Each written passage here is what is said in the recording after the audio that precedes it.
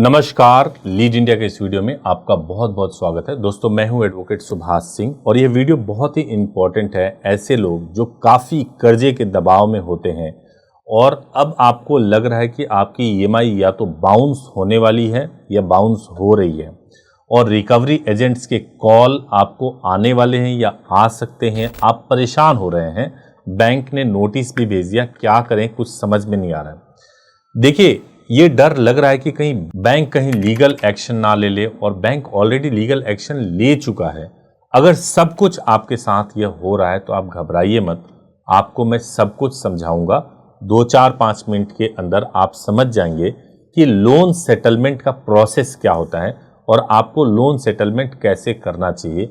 आसान भाषा में मैं आपको समझाऊंगा ताकि बैंक के दबाव से निकलकर सही तरीके से अपना लोन कम करवा सकें। तो चलिए सबसे पहले इसको समझते हैं। देखिए, सबसे पहले तो यह समझना जरूरी है कि आखिर कोई बैंक लोन सेटलमेंट के लिए तैयार होता ही क्यों है। जब आप लगातार 3 महीने यानी 90 दिनों तक अपनी ईएमआई नहीं भरते हैं तो आपका लोन अकाउंट एनपीए बन जाता है, यानी नॉन परफॉर्मिंग एसेट बन जाता है। आसान भाषा में ऐसे समझ लीजिए कि बैंक के लिए अब आपका लोन एक सिरदर्द बन चुका है जिससे उसको कोई कमाई नहीं हो रही है। बैंक को पता है कि ये पैसा फंस गया है और किसी भी बैंक के सेहत के लिए बढ़ता हुआ एनपीए कोई अच्छा नहीं होता। बस यहीं से आपके लिए सेटलमेंट का एक दरवाजा खुलता है। अब आपके मन में आएगा कि सेटलमेंट की प्रक्रिया क्या है। जब आपका अकाउंट एनपीए हो जाता है तो बैंक को ये भी अंदाजा हो जाता है कि शायद पूरी रकम वापस नहीं आएगी, इसलिए कुछ समय बाद बैंक खुद आपको सेटलमेंट का ऑफर दे सकता है। यहां एक जरूरी सवाल आता है कि क्या आपको सेटलमेंट के लिए पहले बात करनी चाहिए या बैंक का इंतजार करना चाहिए। अक्सर ये सलाह दी जाती है कि आप इंतजार करें और बैंक को पहला कदम उठाने दें। ऐसा इसलिए क्योंकि अगर आप खुद जाते हैं तो बैंक को लग सकता है कि आपके पास पैसे हैं और आप जानबूझ करके नहीं दे रहे हैं, जिससे आपकी मोल भाव करने की पावर कम हो सकती है। हालांकि ये कोई पत्थर की लकीर नहीं है। अगर आपको लगता है कि बैंक जल्द ही कोई बड़ा कानूनी कदम उठाने वाला है तो जरूर किसी एक्सपर्ट से, किसी एडवोकेट से बात कीजिए। इस सिचुएशन को ठीक तरीके से उनके साथ डिस्कस कीजिए ताकि वही बता सकते हैं कि आपको इस समय करना क्या चाहिए। और ऐसी कोई हेल्प की जरूरत हो तो आप हमारे हेल्पलाइन नंबर 8800-444-555 पर भी कॉल कर सकते हैं। सुबह 9 बजे से लेकर शाम को 8 बजे तक आप बात कर सकते हैं। देखिए, जब बैंक आपको ऑफर देता है तो वो अक्सर आपकी बकाया रकम पर लगी पेनल्टी, एक्स्ट्रा ब्याज और दूसरे चार्जेस को माफ कर देता है और फिर असली मुद्दे यानी प्रिंसिपल अमाउंट पर डिस्काउंट की बात शुरू होती है। एक बात और है, आपका लोन जितना पुराना होता जाता है बेहतर सेटलमेंट डील मिलने के चांस उतने ही बढ़ जाते हैं। और एक और इंपॉर्टेंट चीज है कि भाई सेटलमेंट होगी तो छूट मिल कितनी सकती है। सेटलमेंट में पैसा कितना कम हो सकता है इसका कोई फिक्स फॉर्मूला तो नहीं है, लेकिन ये आपके लोन टाइप, आपकी आर्थिक हालात, बैंक की पॉलिसी पर निर्भर करता है। बातचीत शुरू करते समय आप हमेशा एक कम अमाउंट से शुरुआत कर सकते हैं एडवोकेट के थ्रू।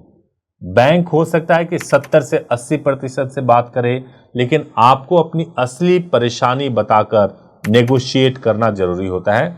ज्यादातर मामलों में रिटेल लोन 40% से 60% के डिस्काउंट पर सेटल होते हैं, यानी 1 लाख अगर बकाया है तो हो सकता है 40,000 से 60,000 में बात बन जाए। बहुत पुराने और मुश्किल केस में डिस्काउंट इससे भी ज्यादा मिल सकता है, लेकिन 40 से 60% एक रियलिस्टिक उम्मीद है। एक बात तो आपको गांठ बांध लेना चाहिए कि सारी बातचीत लिखित में होनी चाहिए। जब भी किसी अमाउंट पर सहमति बने तो बैंक से एक ऑफिशियल सेटलमेंट लेटर जरूर मांगें। इस लेटर के बिना एक भी रुपये का पेमेंट ना करें। लेटर में साफ साफ लिखा होना चाहिए कि ये रकम चुकाने के बाद आपका लोन पूरी तरह से बंद हो जाएगा और कोई भी बकाया नहीं रहेगा। और इस पूरी प्रक्रिया को आप एडवोकेट के थ्रू ही करें तो बेहतर होगा। अब लोन सेटलमेंट का सिबिल पर क्या फर्क पड़ेगा।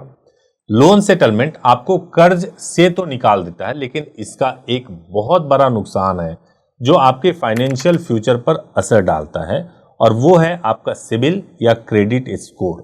जब आप लोन सेटल करते हैं तो आपकी क्रेडिट रिपोर्ट में इसे क्लोज्ड नहीं बल्कि सेटल्ड लिखा जाता है, और ये सेटल्ड का ठप्पा आपकी रिपोर्ट पर अगले 7 सालों तक दिख सकता है। इसका सीधा मतलब होता है कि आपने बैंक का पूरा पैसा नहीं चुकाया। नतीजा, आपका क्रेडिट स्कोर बहुत बुरी तरह से गिर जाता है, और इस गिरे हुए स्कोर के साथ भविष्य में आपको कोई दूसरा लोन जैसे होम लोन, कार लोन या क्रेडिट कार्ड मिलना लगभग नामुमकिन हो जाता है।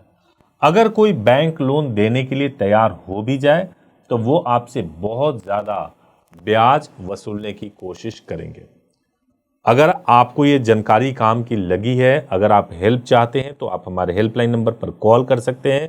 आप इस वीडियो को लाइक कर सकते हैं, चैनल को सब्सक्राइब कर सकते हैं। अगर आप अपने लोन केस को लेकर कोई कानूनी सलाह चाहते हैं तो निश्चित रूप से संपर्क कीजिए। आखिरी में मैं बस आपसे एक ही बात कहना चाहता हूँ, लोन सेटलमेंट कोई आपका पहला मामला नहीं है, बल्कि कई ऐसे लोग हैं जिनको यह करना पड़ता है, और ऐसा करके वो कर्ज से मुक्त होते हैं। आपको परेशान नहीं होना है, आप रिकवरी एजेंट्स के तनाव में ना रहें, आप अपने फाइनेंशियल रिकॉर्ड को लेकर के बहुत ज़्यादा तनाव में ना रहें। बड़ी बात यह है कि आप इस वक्त पैसा नहीं दे पा रहे हैं, और ज़रूरी है कि आप लोन या कर्ज के दबाव से बाहर आएँ। यह सबसे इम्पॉर्टेंट है। उम्मीद है आपको इस वीडियो से लाभ मिला होगा। Thank you so much for watching this video. Thank you so much.